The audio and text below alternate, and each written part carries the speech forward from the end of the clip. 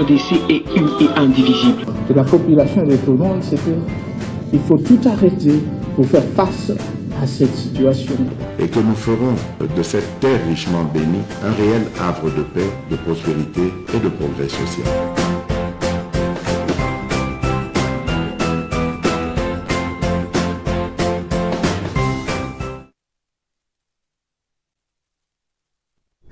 Ne jamais trahir les Congo, ne jamais trahir les Congo. Bon, Mikoloyo, ils allaient bien là, soutien à FARDC, mais aussi Tolati Congo. Hein? Tolati Congo, pour ça, vrai patriote. Tout ça, naïli keke, mboka na biso, nzamba pesi biso, badongolo miso, bakokeko boto la yango, ata mokete. Merci, tout ça, naïli kia, parce que Nandenge makambo zeli kokende tokore trouver intégrité territoriale ya mboka na biso pe longonya na mapinga baye bazali ko bunda pona ko défendre honneur ya mboka na biso kolo azala nabino na nyonso oyo bozali kosala lelo. Alors toko beta masolo na bino bandeko na ngai tokozwa ba grande ligne ya information mokolo ya lelo. Merci na bino nyonso bozali ko komela biso de partout. Merci na bandeko oyo bazali ko pesa biso confiance. Tozali sima na bino moko na moko aloka ndenge nini ya ko partager lien ya émission na biso oyo bozali ebele na YouTube. Ne vous limitez pas na koyoka lien ya émission yo moko ozo pesa biso makasité. Nous avons vraiment envie que vous pesa biso makas bo partager lien ya émission oyo bino bande ko boza na Belgique na lingina santé bolamu ya YouTube à la kisakanga zone oyo bato bazali ko partager vraiment les émissions net semaine oyo tikoleka bande ko oyo bazali na ngambo ya États-Unis nde vraiment ba partager qui nos émissions mingi na pesibino. Merci na betelebino maboko, merci na confiance ou bazali ko pesebiso bo s'abonner pe massivement ou partager lien au 5 pe monto s'abonner ndenge nazoleka boye nazoleka pe direct na Facebook. Je vais demander pe bande kobino boza na YouTube, s'il vous plaît boya pe bo s'abonner na page Facebook na biso ezaka même combo MKBuzz officiel, comme ça bo partager pe yango tindela pe mutu mususu lien ya émission oyo tokoma ebele pour te combattre mensonge na ba poison rwandais. Rwanda azali na armée numérique na ye azali ko désinformer bato azali ko kotisa venin na ye biso pe il faut avoir une obligation ya ko partager lien ya émission oyo bato ba s'abonner ebele parce que toute la chaîne ya ba patriote tout ça dit ko véhicule message ya soutien na mboka na biso pas à un individu parce que les hommes passent mais les institutions restent. Bon début à semaine na bande konyon so bato ndangai na boadi na pesibino mbote. Bon début à semaine na bande ko bazana Miami aux États-Unis. Bon début à semaine na bande ko bazana Los Angeles. Bon début à semaine bande ko bazana na Pretoria, na Joburg, na Sun City, na pesibino mbote na kobo sanate na sote. Bon début à semaine na bande ko bazao landangai na Ghana na pesibino mbote na bosanete bande ko bazana Tunisie ndoko moko alobi papa meda biso pe to partage ak émission mingi na Djibouti na pesibino pe mbote bozela na Riyad précisément na Arabie Saoudite na pesibino mbote.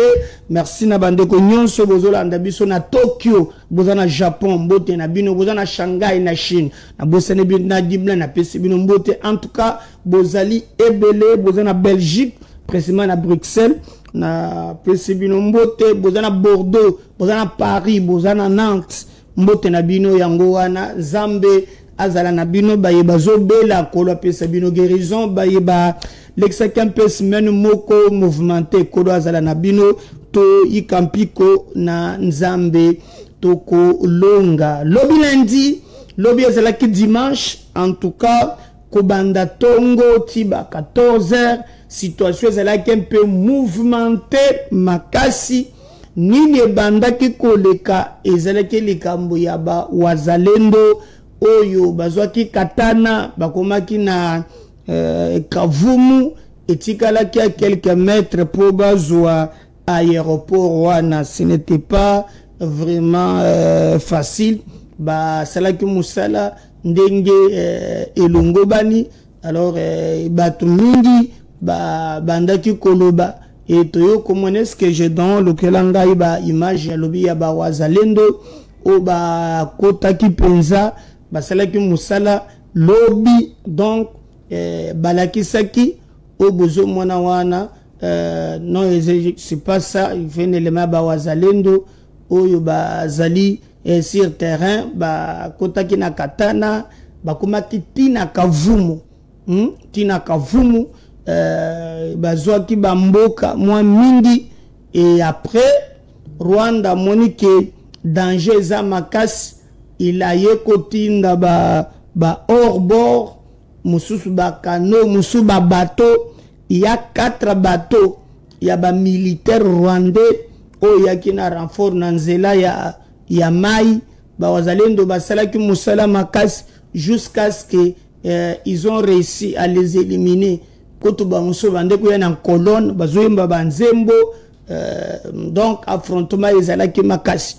Alors sima ya koboto la bamboka ebele alors bi Kagame musana ezao bomoni makambo salama na Kinshasa bakonzi bazali ko respecter cesser les fêtes tout ça. Alors beaucoup monde que dans cette guerre pour ne pas tomber nager ya nguna donc esengela kimbe gouvernement a joué na professionnalisme pour te ameka kokota nager ya ba rwandais wana te. Ce que vous devez retenir est que ndenge ba wazalendo ba botoli ba mboka wana et on a compris que ce n'est pas ce qu'on nous dit que Rwanda azana barmo soki ndenge nini mais Rwanda n'a fait que profiter na ba traître o bazalaki na kati ya ba rang ya ba militaire na biso. Donc parce que na kotala le lenge ba beta milobi ti etikali quelques mètres bas aéroport ya Kavumu. Donc il a dit que ceux qui trahison exacté en tout cas ba wazalendo na forces armées et la République démocratique du Congo, c'est possible que dans quelques jours oyo makambo président Lobaki et Lukandenge nini ekokiko salema to beteli bango maboko to pesi bango courage to yebisi bango mabele ba kelelaka yango te mabele ba défendaka yango même tu ozo ka ba distraction ya ba kabila ya ba nini c'est que ba va comprendre nini ezali sur place et Kagame se sent vraiment maintenant en insécurité par rapport à l'ambition tope bananga bazalaki nango liboso. Donc je sais pas pourquoi te gine ezaka prêté mais il y a vraiment musala oyo ba wazalendo basali lobby en tout cas ba conquérir bamboka ebele, je dis bien bamboka ebele pe et cela qui vraiment exploit bolanda ki mokolo wana na butu ndenge Kagame à comprendre que a commis en danger aye kobimisa communiqué moko ya lukuta oyo selon ye alobi même na butu ya mokolo wana ba attaquer Goma na ba Kinshasa ba organiser attaque ya Goma. Kinshasa lobi oza lukuta munene oko chanja kate lukuta na yo wana. Ils ont montré que mutu a organisé scène wana ezabeye moko Kagame dans l'optique ya koboma bandeko mususu ya ba Congolais. N'y a rien que ba attaquer Goma. Ils ont mis en scène ya Kagame na oye azali kosala. D'ailleurs notre armée a se prononcé quant à ce donc ndengeni ni Kagame azali ko manipuler l'opinion na ba robot communicant naye et aussi na ba canaux azali ko utiliser. Mais nous avons vu la détermination oyo mboka nabiso ezanango et ba vérité nyonso et komi kobima mokolo na mokolo. Mais parce que TV za radio te, je vais vraiment vous laisser dans un extrait au Tokolanda porte-parole ya armée nabiso oyo azali kolobake batu bamiko sate bameka kolanda Kagame na baje na yo wana te ezali lukuta monene nano se retrouver na difficulté lokola lelo te mais talabino moko comment bakomi ko tepa pesa soni na mawa. On suit le porte-parole ya armée ya République démocratique du Congo qui nous explique comment Kagame a une difficulté na ba mise en scène yemoko Kagame a commis ko ça communiquer ou d'aller comprendre ya lokuta dans l'objectif ya ko distraire la communauté nationale et internationale ou baza déterminé na ko sina na mensonge na TV za radio te Gédéon. On suit ça, on va revenir juste après. Un communiqué infondé et dépourvu de toute logique a été rendu public par l'AFC M23 soutenu par le Rwanda. Cette communication accuse les forces armées de la République démocratique du Congo d'avoir monté la nuit du 11 au 12 avril 2025 une attaque contre la ville de Goma. À ce sujet, les forces armées de la République démocratique du Congo tiennent à donner des précisions objectivement vérifiables suivantes à l'opinion nationale et internationale. 1. Au nord de la province, leur première position se trouve à plus de 300 km de la ville de Goma, dans le territoire de Lubero, au grand nord de cette province.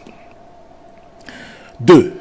À l'ouest de Goma, les forces armées de la République démocratique du Congo sont en pleine défensive dans le territoire de Walikale. Au sud de Goma, les premières positions des FARDC sont à des centaines de kilomètres de la ville de Bukavu, dans les territoires de Mwenga, Uvira, Fizi et Chabunda.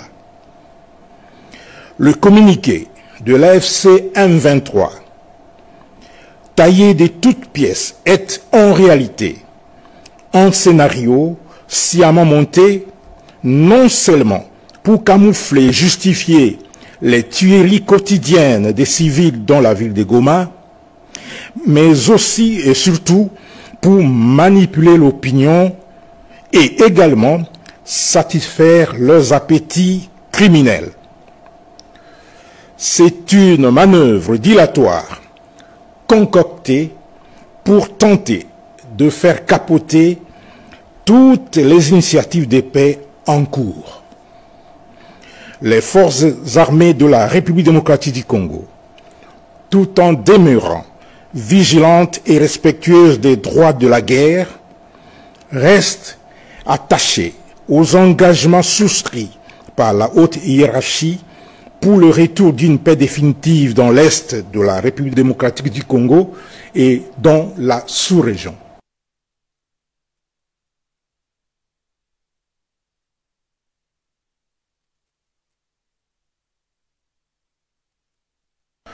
Un communiqué infondé et dépourvu de toute logique a été rendu public par l'AFC M23 soutenu par le Rwanda.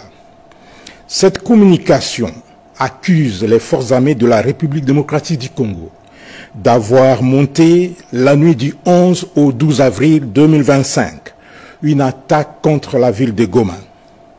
À ce sujet, les forces armées de la République démocratique du Congo tiennent à donner des précisions objectivement vérifiables suivantes à l'opinion nationale. Voilà, j'espère qu'on a Bolandi communiqué et armé parce qu'il fallait préciser dans ce contexte tozali koleka rôle ya armée nandenge makambo mazali ekoleka. Mais retenons aussi comme nalobaki lobby ba wazalendo basalaki exploit. Je vais vraiment vous laisser suivre. Bomona ke mikolo ya Kagame eza ya kotanga ba traître namone ba mususu bazota même diaspora ya lukuta pour le pays ya diaspora rwandaise ba mikolo misango lokola ya Congo mikolo na bino théâtre na bino ekomi na suka botela sur terrain makambole kaki lobby du 90. On suit ça, on revient juste après.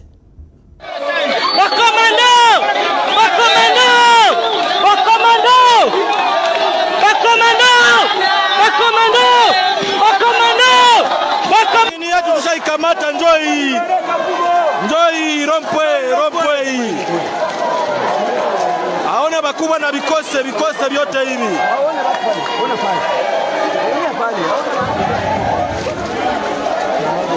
rompwe ngamba ya aeroporo kule hapa kuni rompwe balikuwa na wazatu hata shimama tena hapa njoi hivi leo rompwe ya Kavumo mwingine yetu tushaikamata njoi rompwe aona bakubwa na bikose vyote hivi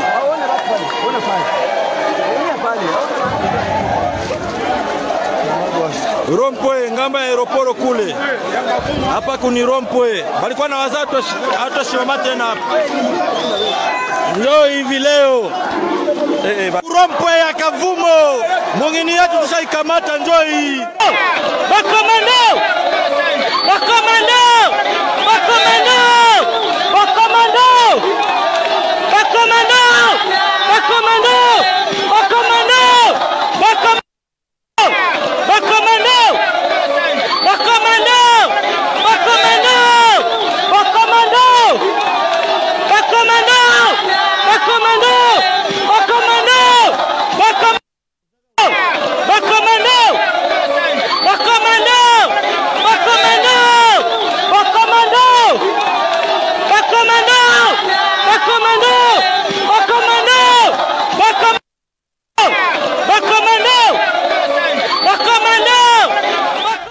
Voilà, j'espère que wana bolandi bomoni koma wana zana Kavumu, Kavumu ba Rwandais bazui mukatu, donc ba kokite ba kimi, alors ils allaient makambo clair. Lelo trahison ezalaki kaka na niveau ya armée te, mais il y a aussi des compatriotes na moya lelo makambo za clair. Des explications en explication. Na kozongela na deuxième émission, na kosala deuxième émission lelo. Je vais vous expliquer lelo Katumbi abimi polele na idée ya kopanza Congo. Lelo Katumbi azo mibomba lisusu te na koyena émission mobimba. Boyoka makambo ka mitatu alobi eza somo. Bolandi makambo ba évêque catholique ba sali ba komi ko s'expliquer chaque jour mokolo nyonso nzamba sali ba koma bena ba explication chola expliquer oya expliquer donc makambo komi maintenant clair que eloko ba twana bazali ko sala ezali vraiment quelque chose oyo ya bondoki eza quelque chose oyo bato bazali penza koluka pona kokoisa Congo. On va commencer d'abord bolanda président ya Senko Fulgence Muteba po tango toyebisa kabino bato bamona ko ndire to kana ba problème personnel mais TV za radio te toko kende étape par étape tolanda Fulgence Muteba ye moko azole ba muntute. On suit ça, on va revenir juste après. Qui finance toutes vos activités, le voyage, le logement et partout. Voilà, merci. Il ne faut pas sous-estimer l'Église catholique. Elle a des moyens pour couvrir les frais de nos voyages. Il ne faut pas sous-estimer non plus l'Église du Christ au Congo. Ce sont des institutions. Je peux même me risquer les meilleures qui fonctionnent dans notre pays. Nous avons des moyens. Nous avons eu des moyens pour commencer. Et puis par ailleurs, je vais vous surprendre. Autour de 22 heures. Nous avions vol à minuit. Directement, nous sommes passés à l'aéroport. Donc, on attendait là. On devrait embarquer à 1 heure. C'est à minuit passé que le protocole du président Kagame va nous appeler pour dire le président tient à vous recevoir. Ça vous dit, mais non, nous avons un vol dans quelques minutes. Et on nous attend à Nairobi par le président Ruto où le rendez-vous est déjà scellé. Alors, quand on a posé les problèmes, je m'excuse, ce sont les 2 protocoles des 2 pays qui se sont arrangés pour dire, bon, écoutez... De 2 pays, c'est-à-dire de Rwanda et de Kenya. Voilà. Okay. Maintenant que c'était décidé, qu'est-ce qu'il y a comme conséquence? Et c'est là que je vais insister.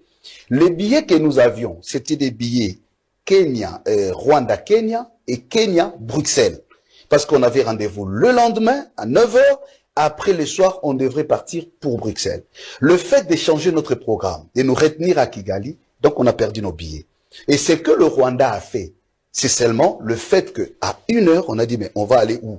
Le protocole dit, ne vous inquiétez pas, on va vous loger. Donc le moyen dont parle Monseigneur Fulgence, c'est justement le fait qu'on soit logé.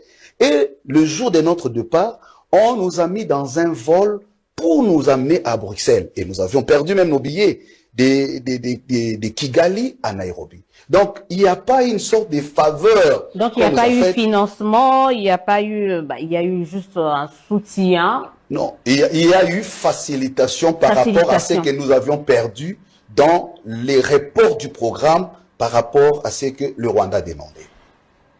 Refait. Monseigneur Munteba, d'ailleurs, il n'y a pas de contradiction entre ce que Monseigneur a dit et ce que j'ai affirmé. Les propos de Monseigneur ont simplement été sortis du contexte.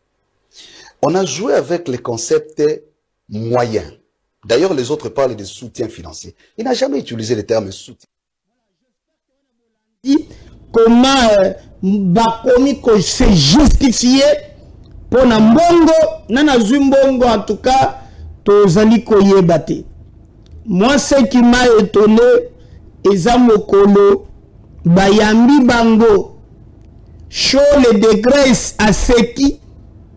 Et il a même dit que na statut bango bazanango bakoki ko condamner Kagame malgré ba massacre nyons o bazali ko sala contre ba congolais nzoka lelo ba masque kwei bakomi ko se justifier pour na ba mbongo o bango ba meki ko obtenir.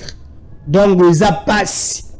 Ceux qui même banganga nzambe bakomi lelo pe na babiloko yo c'est que mboka oyo eza mawa tokolinga mbongo ngo tokokenda nango wapi soki bande kona biso bazali ko wa mikolo nyonso bomo ya muntu eza suna tina te bato batindi be mbongo liboso eza mawa eza pasi. Mais nous pensons que les vrais patriotes battent le malikolo, va défendre Mboka na bango. Pour on ne peut pas continuer na makambo oyo ndenge ezali koleka. Je vous avais même dit avec cette allure, ce qui tozu ba congolais te bazana sursaut, il y a quand même des avantages na intérêt ya Congo. C'est qu'on est mal parti. Même ba église, autobanda qui côté la motema, boyo kaba révélation, et cause la 4e émission bazo sala, pour qu'on se justifier à cause ya mbongo bazwaki et pas à Kagame. Et comme ya fotele ki bango ba hôtel, après ça ki bango ba billet, à sala ki bo so ndenge nini. Et alors, maintenant, bandeko o ya opposition, o ba bandiko senga, que dialogue et ça là autour il y a ba sangoana. Je crois que besoin réponse na bino par rapport à enjeu au bango bazala ki na yango bobo ça na que même tango bakutanaka Albert Kankenze Mwanambo a salaki révélation pour na kodobake bango balobaki ke o bango bazosala yango pour na baye oyo bakoya Tshisekedi a kozala te. C'est regrettable. Maintenant regardez nzoka mbongo ya Kagame ekomi kolanda abango.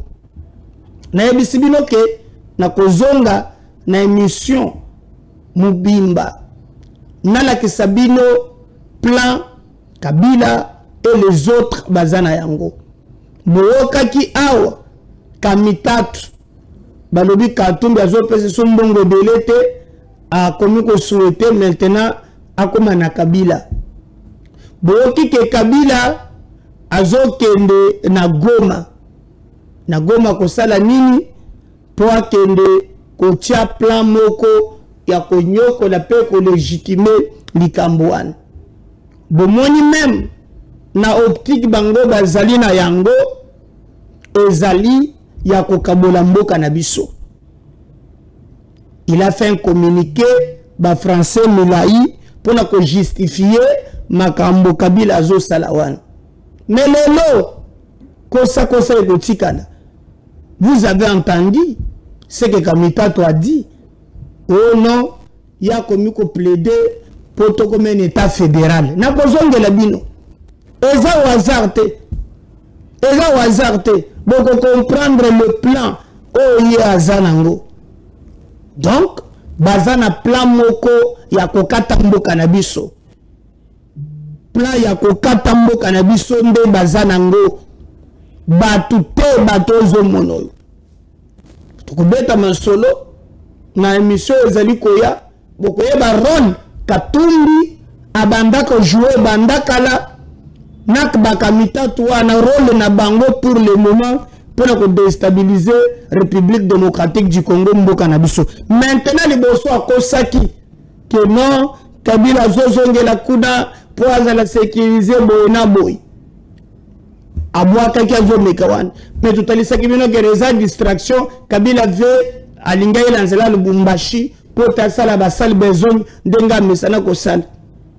Nangambo musus, nanokoto esilité, c'est le même type qui revient encore na mission ba Rwandais, bakana kabutu na moy pour na balkaniser mboka na biso. Na yoki même batu ya fayulu batelemelie balobi wane kolekate même na ndoto tunangai penge muto alobi même na ndoto likaniso zolo bawana ekoleka ata mukete. Nous on va vraiment suivre de près pour situation ekozala ndengeni et je vais revenir na ba révélation au choquer bino pour mona que même ba inconscient parce qu'il y a des inconscients.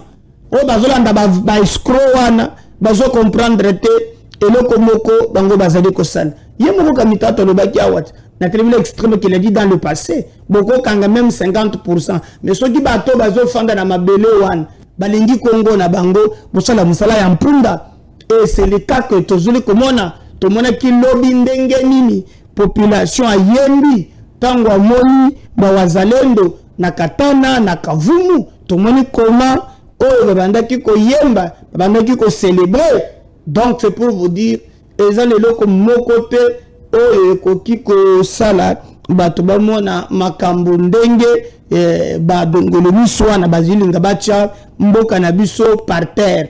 Donc aujourd'hui na moment où tozoleka ya crise ezo définir biso to yeba ba yebaza na Congo baza banane po babomi ya Congo baza banane. Et tire le diable par là qui. On va revenir juste après. Et ben numéro moussous. Vous s'abonner massivement. Vous partager lien au yonabato moussous. En tout cas, s'abonner. Yopé, soit lien au tinde la bato moussous. Bango peut s'abonner pour être tout le kandengani ni tokoki ko défendre mboka na biso parce que MKB officiel et les médias nabino. Donc ceux qui s'abonner, soit lien tinde la pe mon Dieu peut s'abonner. Vous s'abonner na page Facebook où ils allaient MKB officiel. Si Dieu ne revenait pas, on revient dans le numéro Moussous. Bye. Merci.